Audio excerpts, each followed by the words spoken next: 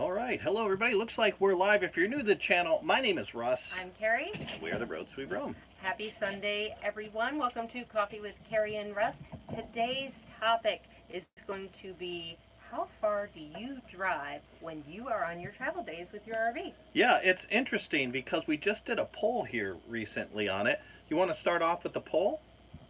Sure. Let's start right off the bat and see what people answered and what the averages are. Okay, so we had 74 votes total. Of those 74 votes, the options were, I drive less than 100 miles a day. 11% said they drive less than 100 miles per day. I like that. And then 24% said they drive between 100 and 200 miles a day. And then by far the most is between 200 and 300 miles a day. You're getting stuff accomplished that Yeah, way. yeah. And then the final, well, there was another option that said, I drive from sunup to sundown. Surprisingly, you're all crazy if you do that. Surprisingly, 8% said that. Really? Yeah, and then there was another portion that I just left other, because who knows if I miss anything. And I said other, comment below. I just want to see kind of what some of the comments below were. There wasn't a whole lot of comments there. Led Zepp just jumped in. You started early. Yes, we got right to the topic. Yeah, we follow our feedback. So we saw a lot of feedback saying, hey guys, love you, but sometimes you spend too much time, babbling. So we're starting right with the topic, but if you are interested in what we've been up to while we've been here in, I'm going to keep it secret if you haven't followed where we've been, we'll give you updates on that on the later part of the show. It's not too hard to find out if you check out our Instagram. So let's just go over a couple of comments here. Guys, right now, again, you can talk about anything you want to talk about. The topic is how long do you drive? We'd love to see what some of your thoughts are. So thoughts, and if you have a question at any time, preface it with the word question in all caps. That way I can make sure to catch it on here and we can give it a shout out and answer. Let's see here. Whoa Nelly RV Adventure says, we prefer to travel less than 100 miles a day, but we tend to drive between 100 to 200 miles per day. So I was trying to say, what? Okay, so I get it. They would rather drive less than 100, but they end up driving 200 or 100 to 200 miles per day. Now, I like the fact that if you drive less than 100 miles a day, yes, you're not going to get from point A to B fast, but it allows you that time to stop and see all the interesting things in between. Yeah, you got to kind of remember, it's not the destination, it's the journey in this lifestyle. And I agree, if you're just blazing through stuff, there's so many things you miss. Like you and I, we used to go up that, what was it 10. Up here? Going north here.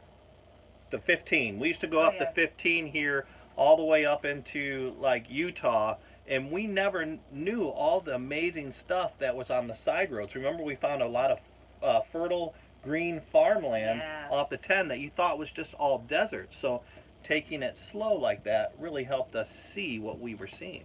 Well, I'm going to read one from the crowd right now. We'll toggle back and forth. Susan Elwell said, we like to drive less than 6 hours, but we usually end up at 7. Yeah. So that's not a number of miles per se, but the time frame. And that's another way that you can look at it. We will typically look at about a 4 to 5 hour drive day. And what does that average out? 200 miles, around 250. 200 for us, because we stop a lot in between too. Yeah.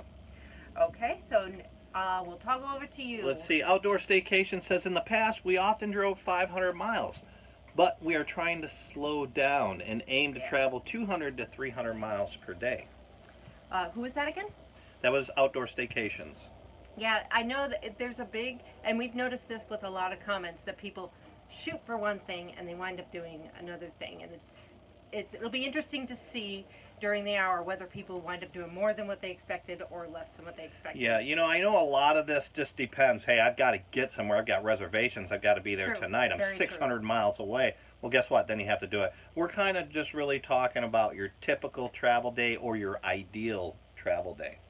Oli Lena in the RV said, it depends on where I'm going. If I'm going someplace 300 miles, I'll just go the whole thing. Okay, but I can if see it's that. 600 miles, I break it into 2 days. Yeah, and there's reasons for this. Not only what we already mentioned was being able to see more and not rush through and kind of enjoy the trip, but also stress. It's very stressful Yes. driving a big rig or towing a big rig. Especially if you're new. Yeah, I find it more stressful anyways, cuz in the cars I'm really not watching my side view mirrors as much. I mean, I'll check them, I'll glance at them every once in a while, but in a big rig, man, I'm tracking everything. I'm looking at the semi 200 yards behind me. I'm looking at the semi coming up next to me. I'm looking way ahead of me. I'm reading all the signs, making sure that I'm not too high to go under the next bridge. Mhm. You know, looking at the last gas station, making sure my fuel is. I'm going to make it to the next service thing. So there's a lot to worry about in an RV. So. And I've noticed that since we have been RVing, you appreciate the rest stops a lot more. Oh yeah. You'll seek them out. So now I've gotten into the habit as navigator. That I will look for rest stops about every hour and a half to 2 hours. Yeah. And it's good to get up and stretch your legs. So Forrest just asked a question. He said, "How often do you drive per day?" We never talked about that. Yeah, thanks, Forrest. We typically like to do about 200 to 300 miles a day, or sometimes less. It just depends on what we've got going on. I think 200 is the sweet spot for us. Those are the days that we still feel we're not rushed out the door in the morning. We can take our time where we're at. We can get a good amount of miles behind us, and we still get somewhere early enough so that we can relax that evening. Yeah. Our buddies, Two Dove Nation, they said our drive depends on the schedule. Generally, we drive about less than 5 hours. Yeah. Yeah, I like that. It doesn't make it too taxing. And I'll tell you, just like I was talking, you're kind of embattled and everything. I saw Avenger RV Adventures say that he's watching everything. Yeah, I'm doing the same thing, and it does take a toll on you. One, I'm not 25 anymore, but two, you're watching everything. So I think if you drive, for me anyways, I mean, there are professional drivers that could probably go all day long, but for me, that 200 miles still leaves me where I can set the rig up the way it needs to when we get in there. I can go out, talk to people, walk the dogs, and I'm not thinking about, God, I just want to get back and sit down and watch TV. Cummins Camping, the farthest we've driven is 5 hours, and that really was enough. And I think that goes into what you were talking about. What I really enjoyed from what I'm seeing is there just seems to be that common, that 5 hour range seems to be a good time frame. And if you think about it, a lot of campgrounds have you check out around 11, and check-in time oftentimes is around 2 or 3 at a lot of places. So that gives you that time frame where you can get a little bit of time in the morning to kind of pack up. Yeah, I'm sorry. Jerry Holly had a great comment. I missed it. Jerry, we'll get back to that, but I agreed with what you just said. I'm sorry. It just disappears off that screen. Steve from Avenger RV Adventure. I want to snap my fingers and just be where I'm going and skip the traffic. Well, we're not Star Trek yet, but we're getting there. Yeah, or The Fly. Remember that movie, The Fly? They had those transporters. You just step in. Hopefully a fly doesn't get in there with you. POA, they travel more than us. They said they like to travel around 300 to 400 miles a day. Time is irrelevant since some states have different speed limits and landscapes affect that time. Yeah. So I can see that. I mean, again, this is something that's personal preference. Yep. Some people like to do that. I don't. A 400-mile day is a very long day. We've done them. We've done 500 miles a day. And when we were going up to Montana from Vegas, we had to get up there in a matter of like 2 days.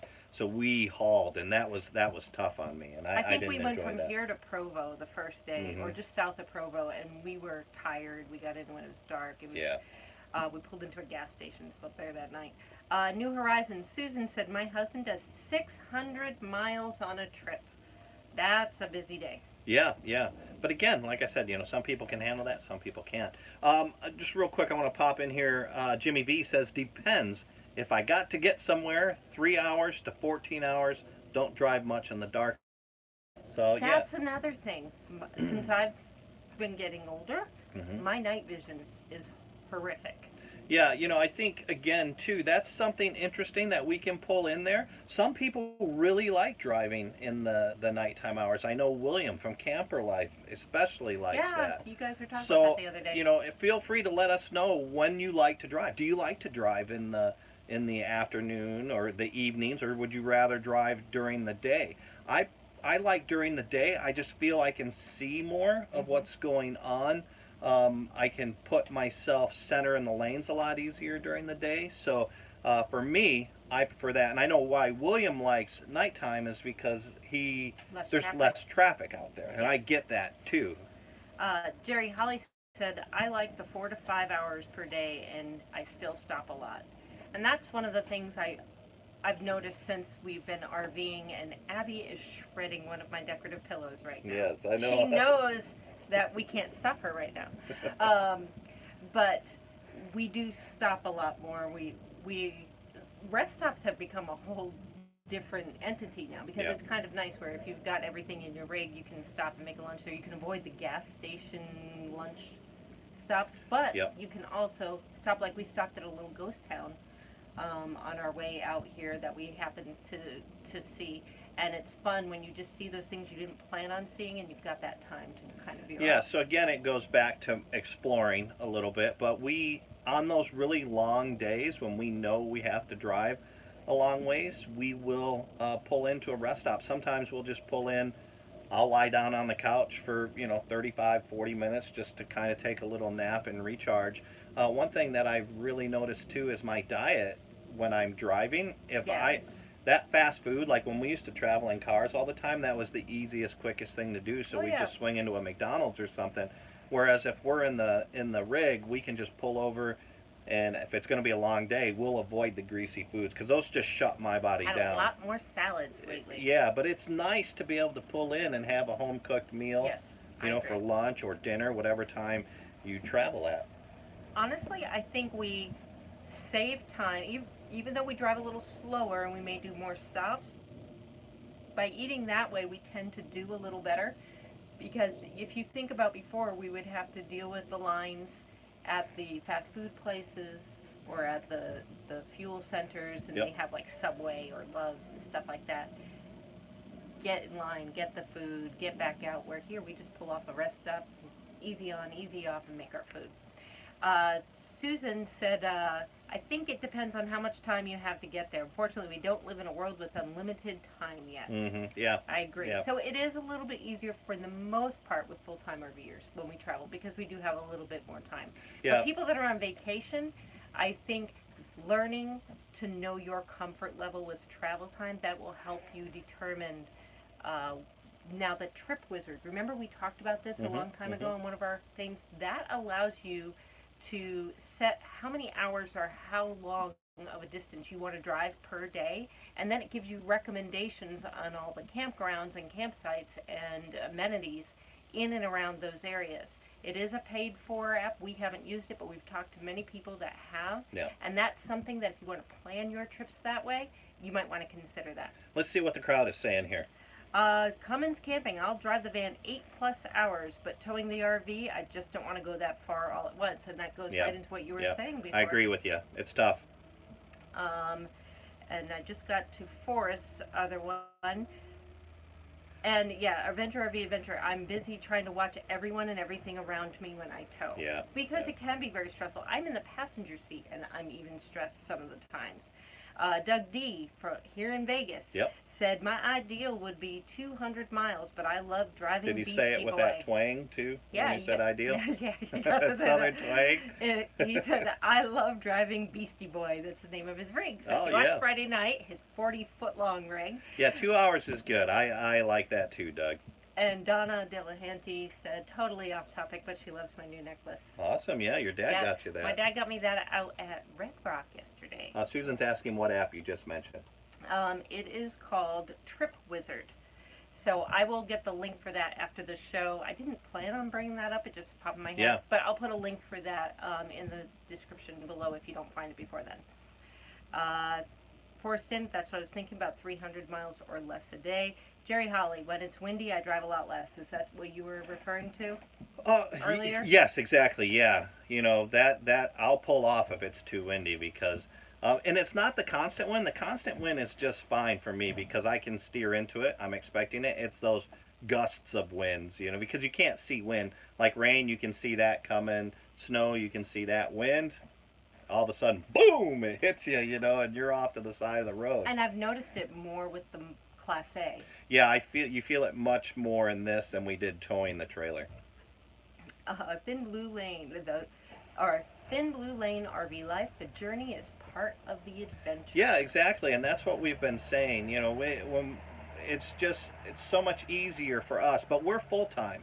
I do get that. A lot of people aren't full time; they're part timers, and they are going somewhere to enjoy their time. So I get that. But as full timers, Carrie and I just try to really slow it down. William asked me today. He says, "Hey, where y'all headed to after Vegas?" And I said, "Well, we're going to Seattle." And he says, "Oh, what's your trip route?" I was like, "I don't know." We haven't picked it Yeah, yet. we We're don't leaving have- tomorrow. Yeah, but that's typical for us because we can take it nice and slow.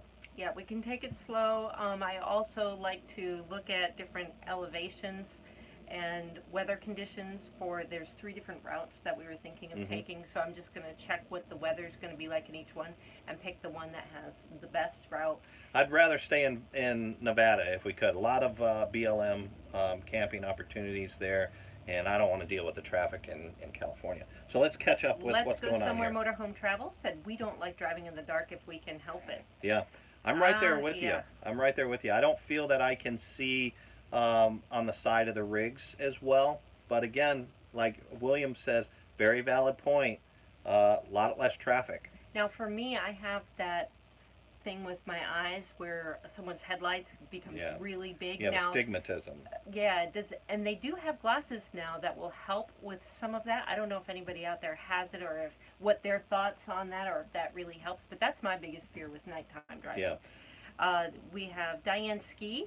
She says, "Hi, Kerry and Russ. I Hey, drive Diane. 200 to 300 miles depending on the terrain and traffic." Seems to be the prevailing distance so far. Yeah, and terrain and traffic, that exactly right. Now Google, if you use Google Maps, you can check for certain times of the day, so it'll show you peak traffic hours. Mm-hmm. So if you want to avoid the typical traffic hours, if you go into Google and you're planning it, you can put the day and the time frame that you're planning on driving through an area, and you can kind of help around that. Like we know Memphis, there's this one area with the interchange that's very difficult that we knew to get there as early as possible in the morning if we wanted to get through there smoothly. Yeah. So different tips like that kind of help when you're dealing with traffic issues as well. Jerry Holly, going to Vegas April 25th. Will take me 4 days to get there from Kansas. 19 hours. Yeah, that's a nice leisurely travel speed. Well, for example, with us going up to Seattle, we know it's about 1,700 miles. Mm-hmm. And I've been averaging, if we drove about 200 miles a day, that's my baseline. And then I know once we get on the road, some days he's feeling really great about driving. He said, let's just go further. And then I know the next day we can go a little bit less if needed. Yeah, it's not necessarily how I feel. It's just whether I don't want to camp here or not. This you is know? true. So that's typically what it has. Now, POA, they've got the perfect setup. Fabian prefers daytime travel, and she prefers the nighttime. There you Becky go. prefers nighttime. So you guys should become a truck driving couple team, because they could just go 24/7. Just go daytime and nighttime. Forrest in it is day driving. Avenger RV Adventure. Rest stops are great with an RV. You don't have to walk as far as everyone else to hit the bathroom or Yeah. the John. Yeah, no, you're The 100% right. I like that because and you've got a clean bathroom to go to as well because some of those truck stops are not the nicest. No, that is why any RV for me had to have a bathroom. Jerry Holly, I want to stop and smell the roses, not just blow by them. Yeah. That's very well put. I like that. Diane said, only daytime driving for me. Nothing worse than setting up in the dark, especially in bad weather. Yeah, so that's another thing too. We try to make sure we give ourselves an arrival time, usually right around the latest we like is like 3 o'clock, because that gives us a good 3-hour buffer in case we do arrive late, because we don't like setting up late at night either. No, we don't. Nick's picks 2 hours of drive time. She Yeah. likes to drive just 2 hours a day, and we have a chihuahua snoring on the side, so if you hear her, I apologize. I already saw. Yeah. Do you have another one to read from the community page? Yeah, let's go here. Let's see. Steve Turtle says it depends on what we see. We usually do travel in a straight line. So yeah, true. I mean, that's kind of what we were saying too. That if there are things to look around and see, then we'll go off route sometimes just to go to a special place. We will. Speaking of special place, we have Get Brunson. Hey, Chuck Chuck. is in the room, and he said, "Happy Sunday to everyone." And How is that special? huh? How is that special? It is special. I mean, special place. A special place because one of the route options that we had to choose Uh-huh. is going through Bend, Oregon. Oh, okay. Which I is see where you're going Chuck with that. is. So that's one of the other things that allows us the flexibility. If there are people or friends in a certain area and we can veer off what we were originally going to do. Ah, we I see can where make you're that going. I allowance. wasn't understanding where you were going You there. know, I may not initially make sense, but there is a method to my madness most times. Not all the time, but most times. So let's see here. Jeff Hickman says, we are both professional drivers, both retired. We like to get to planned destinations to have more time there rather than on the road. But we're beginning to slow down and have intermittent stops as well. And I think that's kind of what we were talking about too. As full-timers, we don't really have a, like sometimes we have a schedule. If there's a show that we're hitting, Right. or like Seattle, we have to get up there for our son's wedding, then we have a schedule. But if it's just kind of, like after Seattle, we just know we have to be in West Yellowstone by May 1st. So we're just going to kind of dilly-dally, take it nice and slow, see what happens. And still, we have none of that planned out either. No, and again, that'll go down to weather, terrain, which areas we want to put ourselves in the best. We can't chase 70 being that far north. Yeah, this we're time taking of year, us out of it. but we are going to try to avoid snow if possible.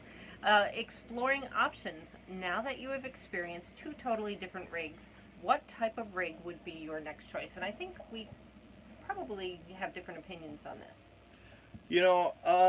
It depends. I really like the freedom that towing our little guy Max gave us. We could get in anywhere, but I do like the all-in-one. It takes me mere minutes. I'm talking 5 minutes to set up. True. In this, where the little guy Max unhitching, leveling, all that stuff just took forever. I think maybe I would like to stay in a Class A. But I also wouldn't mind doing like a schoolie rebuild either. See, I love schoolies, but I don't know how comfortable I would be driving that as well. For me, I like the convenience of the Class A where we can just get up and go, but I dislike the accessibility for a lot of things. My ideal would be like a 4x4B or B+. Yeah. It's not as big on the inside, but we could get out and go more. Yeah. And I would like that, and I would feel comfortable driving something like that. Yeah, that's true, because I mean we have, you don't feel comfortable driving this. We've tried to get you to drive it a couple of times. You've driven, around parking lots, and then every time that we go to have you drive on the freeway, we just have wind. Yeah, and don't want to deal with that. So yeah, that would be very nice if you could drive a little bit more. But to be honest with you, I wouldn't want you to even drive half the time. I know you enjoy sitting over there. You're a better navigator than me, but I get bored sitting in that seat. Oh, so. Update. Russ finally fixed my seat. Yes. I am not doing the roller coaster ride anymore in the passenger seat. So I got after tired. 10 long months, my chair is fixed. I got tired of getting chastised on these live streams. Russ, fix that seat. Russ, fix that seat. So pulled it apart, figured it out. It actually didn't take too long. It only took about 30 minutes. And 20 of that was just trying to figure out where the problem was. You did a very good job.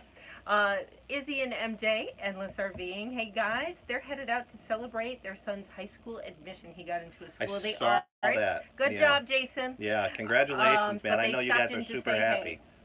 hey. POA said, we like the choice of being able to stop and to not have to push through the states like truckers have to at times. Yeah. I do feel bad for the truckers because you know that they are on these time constraints and having to push through. That's why even at some of the rest stops, for example, the one in Mississippi, they have a truck stop. You can stay overnight at the Welcome Center, but the security guard told us, please leave these areas for truckers and you guys can move over. We have more options than they do. Yeah, and I don't like sleeping next to big rigs anyways, especially those reefers, because they've got the refrigerators running all damn night, and it's like somebody running their generator. But I think that's important to think about too. Not necessarily. I mean, yeah, if it's a really crowded rest stop that you're pulling into, I might move on. You know, leave that open for a Yeah. driver. But what you really have to think about, because we have used these too, are the showers at some of these rest stops. And Very like in true. Ohio, think about that before you take a shower, because we've got all day and they've got just hours. You know, so that's one thing that we try to keep in mind as well. Our epic RV adventure is teasing you. Okay. Got to run and have some more drone practice. Awesome. Got to have a great day, everyone. All right, we will see you later. Have fun with Enjoy that drone there. that. Let's see. We have. Do you have? So Travels another with one? Delaney says Hey varies guys. based upon how much the time. They're not here. This is on their Oh, that's thing. right. Varies based upon how much time we have. Our preference is no more than 300 miles per day. So right about the top end where we are as well. So we answered. I think let's go somewhere. Motorhome Travels. Question: Do you both drive? Yeah. No. And I really haven't. So out of the 37,000 miles we've driven since we've been on the road, Kerry's driven about 22 miles. and 21 and a half of them were with the truck and the travel trailer down the freeway from rest stop to rest stop, and the other not even half mile was around a parking lot with the rig. Again, I know, and I say that, I'm kind of teasing, but I would rather drive. I get bored sitting in the passenger seat. I'm a horrible navigator. But these are things, let's talk about that. You know, we were talking about how this driving, why is that important? How, you know, one, just getting out and seeing things, but man, I'll tell you, a lot of times, you know, you get that nodding. I know in a car, I'll fight that.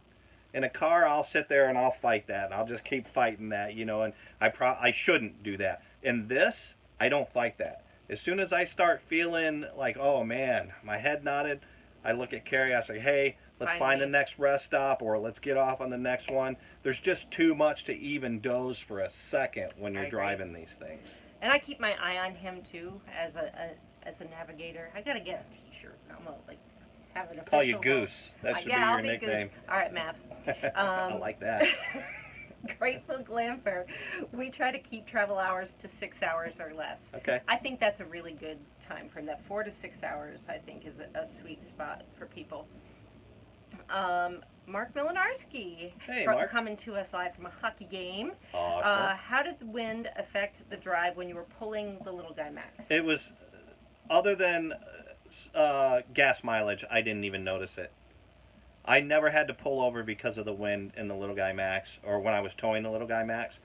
But it did take our gas mileage and drop it down to 4 miles per gallon once, because we had a strong head-on wind.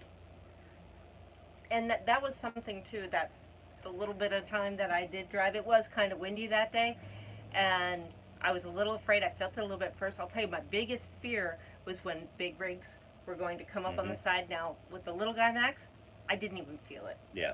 I didn't feel it at all. I was stressed about that, but I didn't. But in that little period of time, it was very minimal. I would on occasion. I feel it much more on this. I'm watching for the semis, and that's one big reason why I'm watching my rear mirrors, because I want to know what's coming up next to me. I see a semi coming up next to me, I will hug the right side. Yep. Get a little bit less of it. Gives them more room, and they like that, but it also stops that kind of suck, because you feel that suction into them when they're coming by. That's what I'm terrified about. Who was it that we were talking about just the other day when they were saying that they... Oh, it was John from Silver State Canine. Yeah, right here.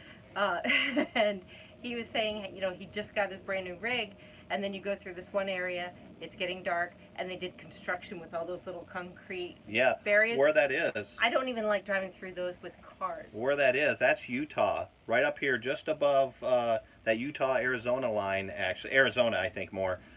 Just above Nevada, when you're coming through that canyon there, it's downhill, it's windy, and there's construction. We drove through that during the day. He drove through it during the night. It was not fun doing it during the daytime. I can imagine at night with wind. Now, Stop Eat Explorer asked a very good question. When we go to Alaska, so for those of you who don't know, we will be doing an Alaska caravan in 2021, so not this summer, but next summer. How how many a day will we be driving? So hours and miles, I think it really depends on where we can camp. Yeah, it comes down to what we like to do. We're looking at 200 to 300 miles a day. It depends on that schedule. That's what I'd like to do. But really, the best answer is however far you'd like to drive. Because yes, this is a caravan, we're all going, but it doesn't mean that we all have to stick behind each other. I know Patrick, Patty, and I, and whoever else is, we'll probably all stay together because we've got filming and video work that we need to do together. But I hope to stick around that 300 miles a day. Travels with Delaney is in the house now. They say lots of miles. Yeah, I think just because given the area, yeah, we need to check where we can camp. I need to order the updated milepost book. And for those of you planning any trips, if you haven't, this is something that's been recommended to anyone we've ever talked with about traveling to Alaska in an RV. You can get it off of Amazon. It's called the Milepost, and it has all sorts of camping, food, you name it, with the mile markers where everything's at. But we have yet to plan that trip out, but we will keep you posted on that one. But that's why this type of information is very helpful as we plan something like that, yes. So we know what people's comfort level is. Let's go somewhere motorhome travels. I could never fall asleep in the passenger seat, as it's hard enough for Kev to drive all the time, even though he loves driving. And oh, I missed one. Here we go. Steve from Avenger RV Adventure. I cannot sit in the passenger seat. The brake does not work over there. Yeah. I know. I've tried it a couple times. Yeah, I like to be in control, so that's another reason why I like being over in the driver's seat. Oh, now this is something also so Geek Family Adventure said I can't read in a car, so I might as well drive, because a lot of people will get sick when they read too much. Although, interestingly, I've found in a regular car I have trouble reading, but in the RV I don't seem to run into that issue. And I don't know if the space around me or the windows or something, but I don't really get car sick in here when I read. It probably has something to do with that seat would rock back and forth, so motion. I was literally like this. No, I think honestly it just has to do with speed. We're not moving as fast, so stuff on your peripheral vision isn't going through. Because I travel about 60 miles an hour, maybe sometimes 65. But typically I like to stay in that 60 mile an hour range. And it really doesn't have to do with safety, because I've gotten this up to 70, 75, and not really just all of a sudden, whoa, I'm doing 75 miles an hour. Terry Long, thank you so much for that super chat. Thank you, Terry. Super chat! Yeah, I forgot to do that. But I like to... Nice tab, by the way. I like to do that, the 60 miles an hour, because it's better gas mileage on the vehicle. Guess who's here? Who's that? Getting in an RV. Oh, Mary. Happy birthday, everybody. Yes. Tell Mary from Getting in an RV. It's her birthday today. Yes. We won't sing, don't worry. I don't know where I was going to show her Billy as a birthday present, but we'll wake up little melty Billy. Mary always asks for Billy ears, so there's Billy ears for you, Mary. And again, we wish you a very happy birthday. Billy's like, I need to go back to sleep. Let's see here. Okay, go ahead, babe. I'll let you read some of the Diane comments. Ski said, I hate driving in the wind. Crosswinds actually make me dizzy. Yeah, I don't like driving in the wind either. They get kind of crazy.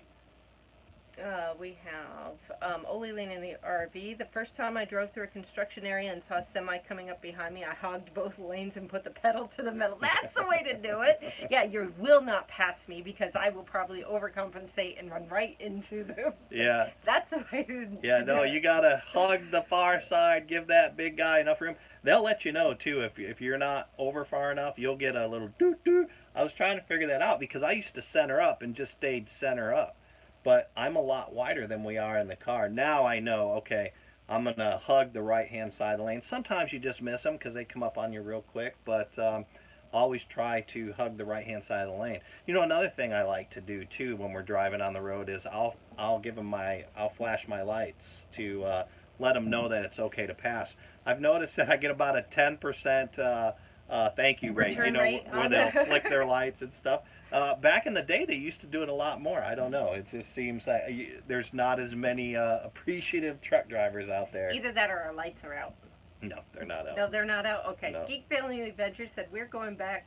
We are going from Ohio to New Mexico and back later this year. I think we'll be doing more miles per day than we will like. Yeah. And again, it depends on your time frame. So going back to Alaska, we will have a time frame that we have to, because even though we're full timing, Patty and Patrick, they're teachers. They're working on their retirement, but they're not going to be released from their indentured servitude just yet. So we will have to work around the schedule for that. So that will kind of play into the thing. But as Russ talked about, one of the great thing about doing the caravan is there will be a group of people. I mean, the more we talk about it, the more and more people say they want to try to do this.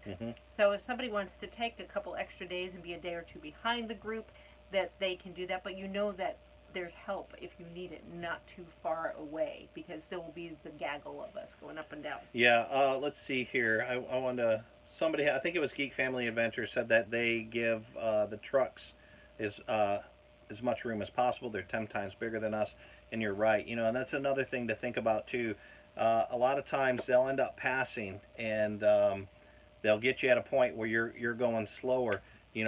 Make sure not to leave those guys hanging out there. Even if you have to slow down to let that trucker in, slow down, let that trucker in. Have a lot of patience with these guys because they're rolling fast, trying to keep that momentum going, especially in the hills. So I like to make sure if I see a guy pass me and I know I can go faster and I'm going to be going faster, I'll just back off the gas a little bit and make sure to let him in, because you don't want to leave him hanging. Well, and I noticed right when we first switched over to the Class A, until you got used to it, it was more don't pass unless you absolutely had to, until you get that comfort level. But now you're to that point where you've made the comment several times that it's like driving a regular car for you now. It is, but you've got to also remember, that complacency gets you. So, I do try to stay in the right-hand lane as much as possible, but then again, too, it comes down to the point where it just makes it more difficult or dangerous for you, So I do move over more than what I used to. So Travels with Delaney, they said, it's 2,100 miles from them from northeast Indiana just to get to the start of the Alaskan highway. So, there's going to be some drive time, but there will be a lot of fun and there will be a lot of people. It'll be different, I think, than typical just traveling from point A to point B, because you will have the group traveling with you. Instead of going from point A to point B where the people are with you the whole way. So it's going to be a really fun, unique adventure there. Diane Ski said, I always give truckers the road. They are 10 times my size. Yep. What's your thing that you say? I don't know. The thing with the lug nuts or... Oh, yeah, it's a lug nut rule. The lug nut rule. It was just, in law enforcement, the vehicle that has the more lug nuts wins that battle. So, yeah, of course, a semi is going to win that battle. Terry Long said he hopes to join us on the Alaskan trip. Yeah. That'll be fun. Yeah.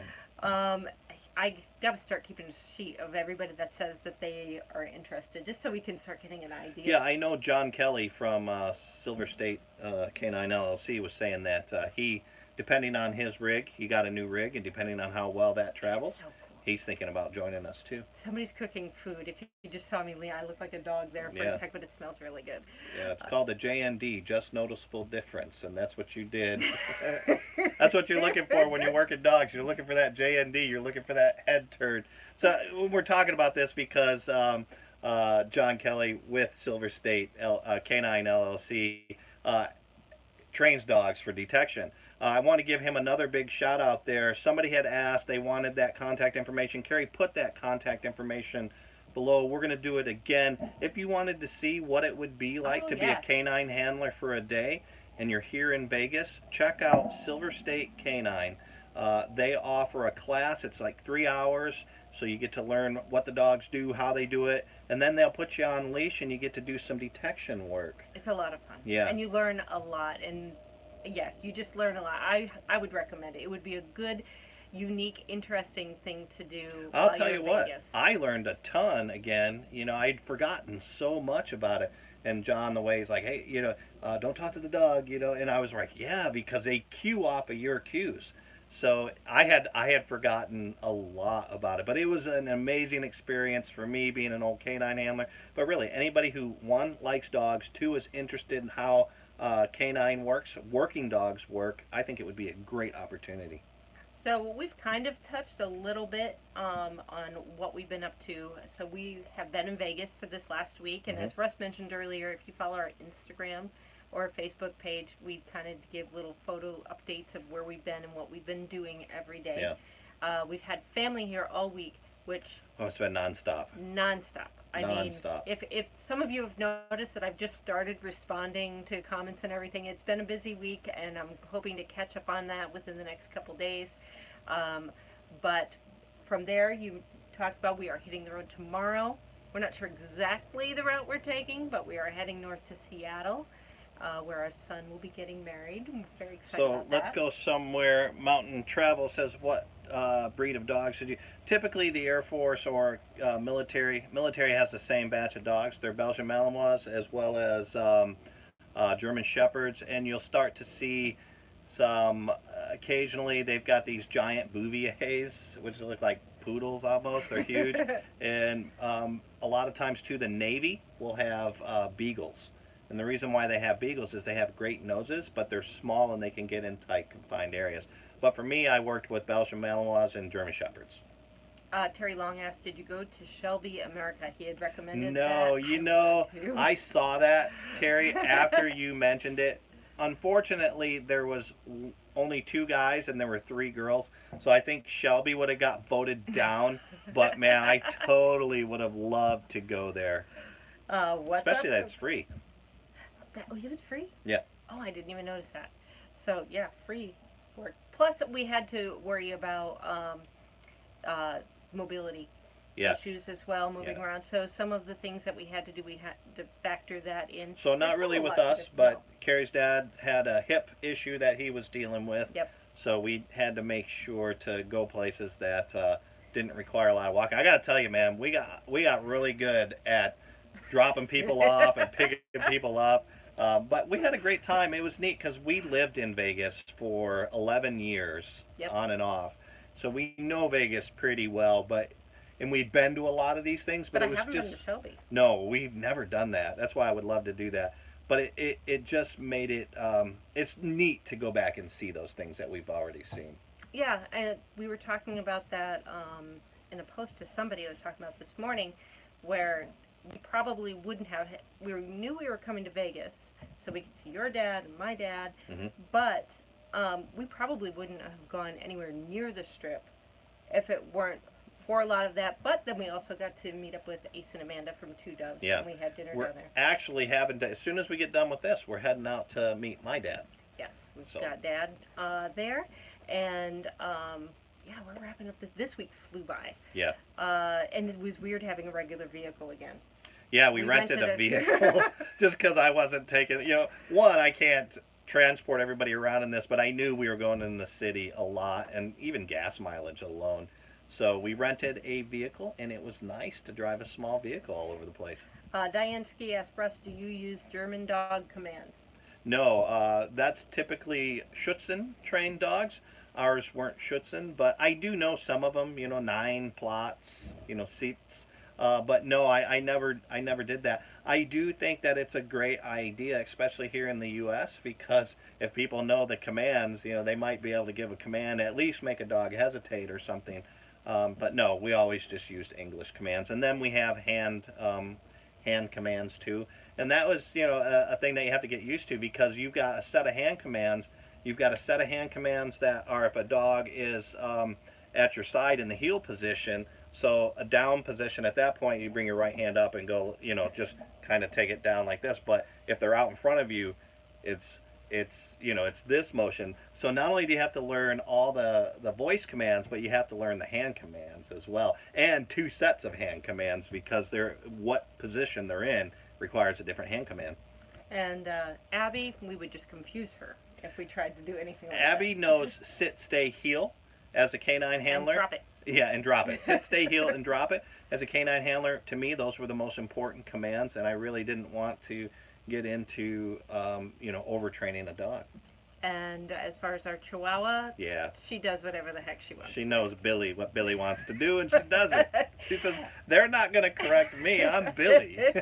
Or if we really need her to Ouse. stop something, we just pick her up and move her. Yeah. That's the benefit of having Avenger RV Adventure just said "aus," Ouse. which is out, the Jake, German command. Jake Kittle said or asked, "Did you check out the new Fremont Street canopy upgrade? It's amazing Yeah. compared to the old one." You know, we We had. can still do that tonight. Yeah, we might do that tonight. It was one thing that I brought up yesterday. I was kind of hoping your dad would bite on it, but they wanted to get down and see the Bellagio because they had heard so much about the Bellagio fountain show. But no, we haven't. But we probably will do that tonight. So let's go somewhere. Motorhome travels that I used to do. Is that the one you read? No. Oh, I used to do hand command and body movements when training my old collies for agility years ago. Oh yeah. Love collies. Yeah, and that is such a cool thing to be able to do that with. Yeah, that agility stuff is amazing. Yeah, I would love to get into that. Now we did have a shepherd way back when the kids were infants, and we lived in Hawaii, where we had Lakota. And we had him trained with just the hand commands to go down, just with the hand commands, so it could be very quiet, and that was very cool. But we haven't done that. I think as I got further and further away from being a canine handler, I just didn't see the need to train. You know, there are a few behavioral and just kind of safety things that you want to teach a dog. So that's all I train them with now. But I would love to get in there and work a dog, just train everything other than aggression. There's no need for aggression. Right. But I wouldn't mind doing detection, like maybe cupcake detection or something like that. Find me the cupcake, big guy. Find me the cupcake. Or fudge. Peanut butter fudge. Older and wiser, we are training Oliver with hand and verbal commands. He's doing okay so far, not bad for 5 months old. Yeah, it's good to get him early. You know, it definitely is good to get a dog trained early. But you know that whole thing, you can't teach an old dog tricks. You can, you know, I've done it. I've done it several times, but no, it makes it easier when they're younger.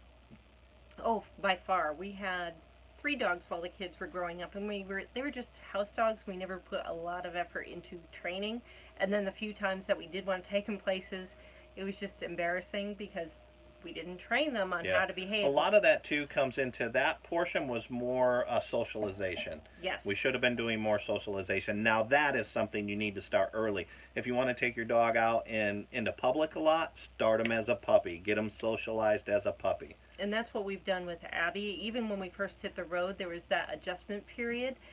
She's learned now that when you're in a campground, there's a lot more noises. People will walk by your rig, and she's learned to back down on that. But then when we're out boondocking, if somebody comes closer to the rig, she goes, then it is okay to bark. We've got a lot of dog stuff going on, which is very cool, but there's somebody in here who, besides John, our Epic RV Adventure has a service dog named Talon, and he mentions Talon is hand and verbal trained. Her training is the first year of life for 1 year before being matched.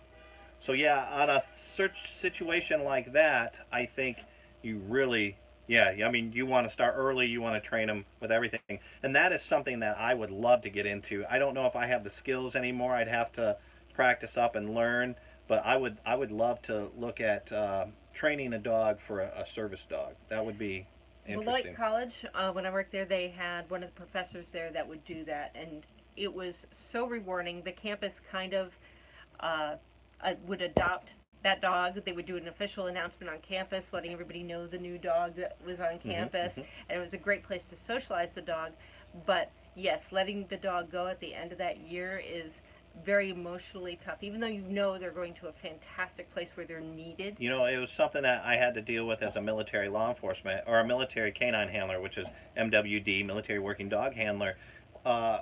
Dogs are expensive. These dogs are worth $80,000 to $100,000 back then. I don't know what they are now, but back in the day, 80 to 100 grand. So most guys, like me included, come into the Air Force to get their law enforcement training, their canine training, and they're gone in 4 years. A dog's typical working dog can work up to 7 to 8 years. Some of them, like Huzar, that I was working with at Silver State, he was 11 and he outworked me. But typically those dogs only work for 8 years, or they work for about 8 years. And so the military doesn't let you take the dog home. The military, the dogs don't even go from base to base with you. The dogs stay at the bases and the handlers rotate. So it's, you know, my very first dog, Lindo, I made the mistake of getting attached to him.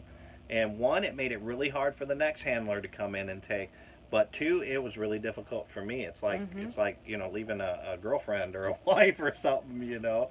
So yeah, that kind of got me away from being a dog lover. It took me a while to get back into, okay, I can get emotionally attached to even a pet, because the whole time I was in canine, I realized I started treating those dogs. I treated them well, but I treated them like a radio or something, a piece of equipment, because in the end, those dogs are there to do something that's too dangerous for you to do. And if you are so attached to that dog, Yeah. you're not gonna let that That's dog do why its I job. could not be a canine handler. Jerry Holly said, my wife trained me with food reward. You know, we also It does work. No. yeah, I'm very food reward trainable as well. But we do have another dog trainer that's in here. MJ from Endless RVing is a professional dog trainer. Yeah, they had to go, but yes, that's what she does. And they had done a video too on how to deal with your dog when you're in campgrounds. And Take care, stop, eat, explore. Bye, guys.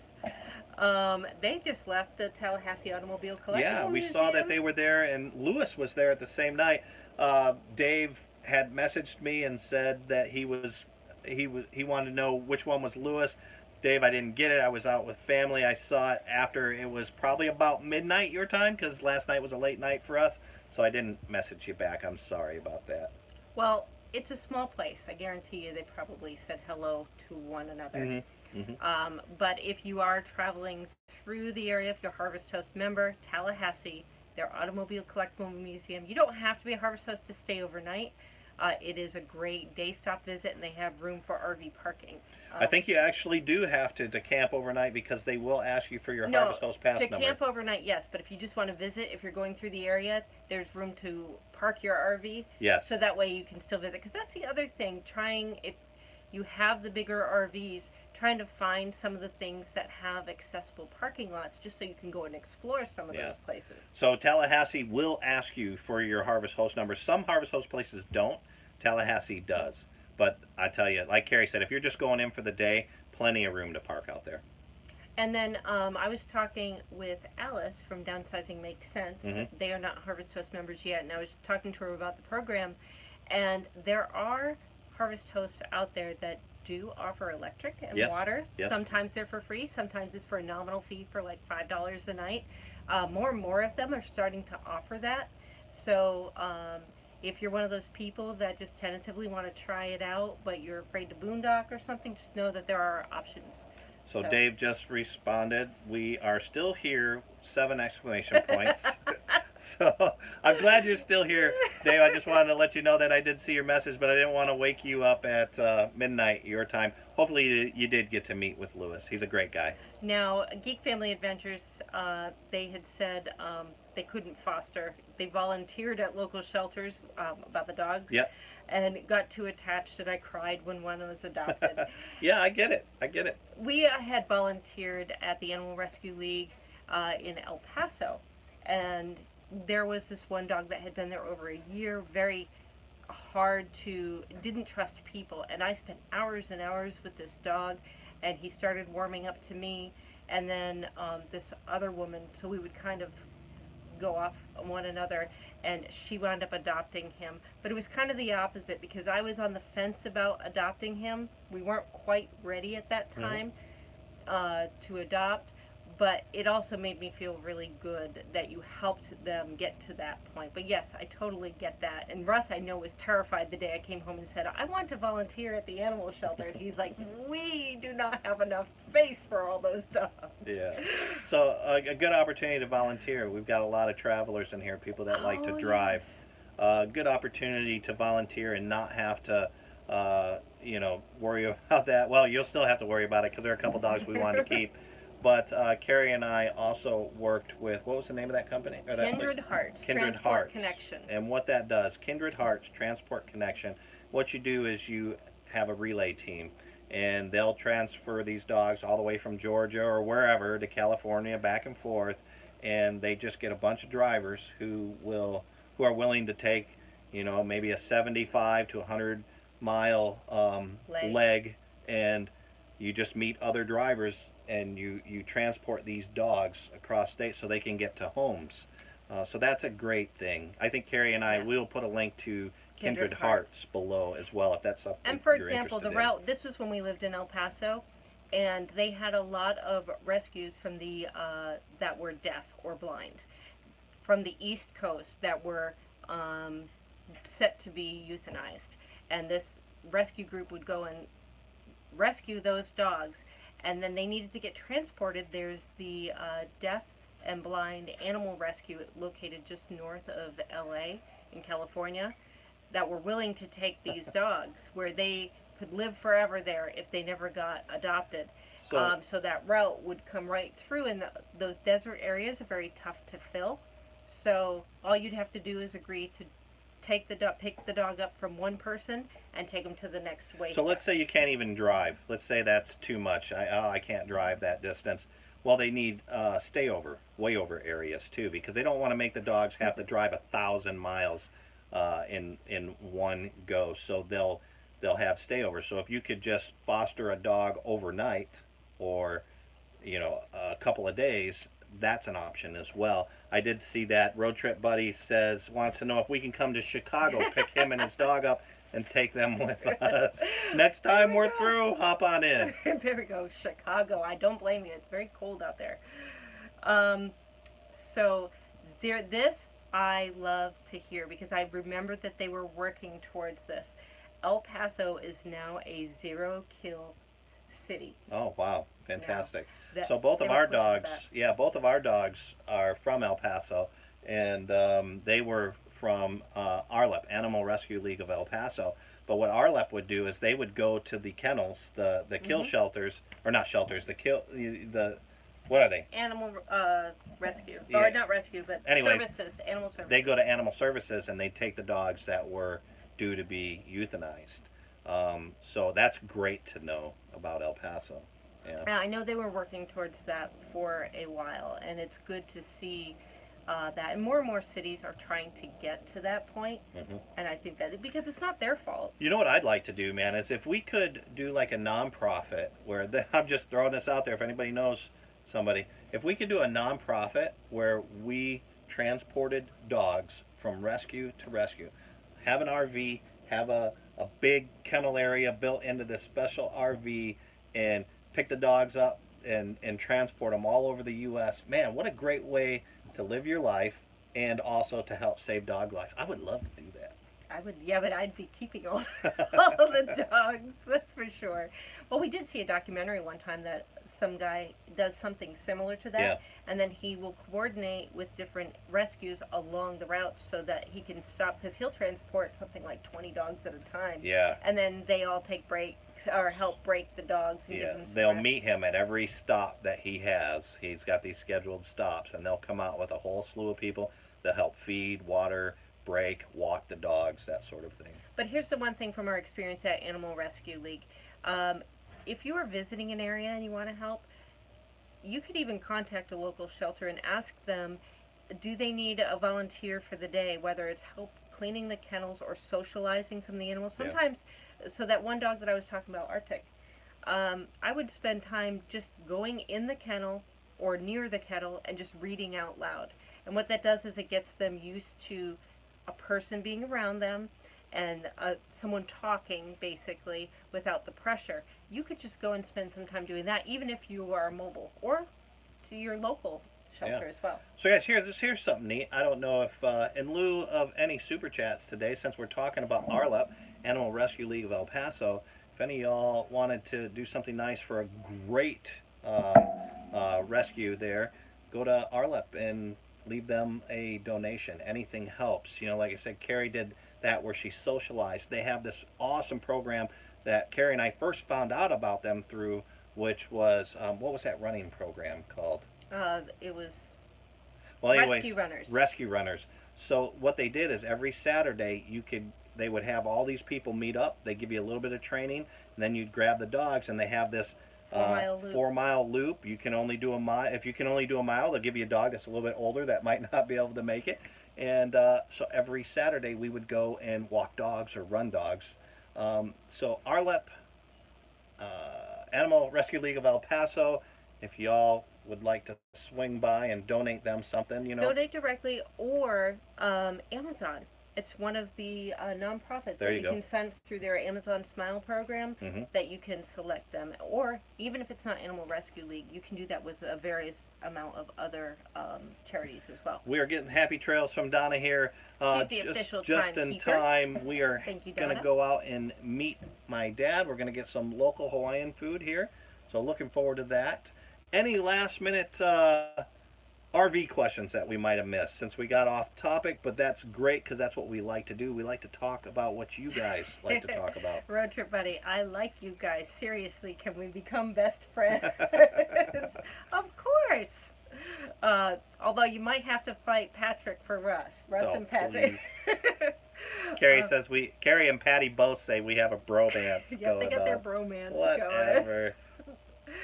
Okay, so JT and DT, come by and see why you should listen to your wife.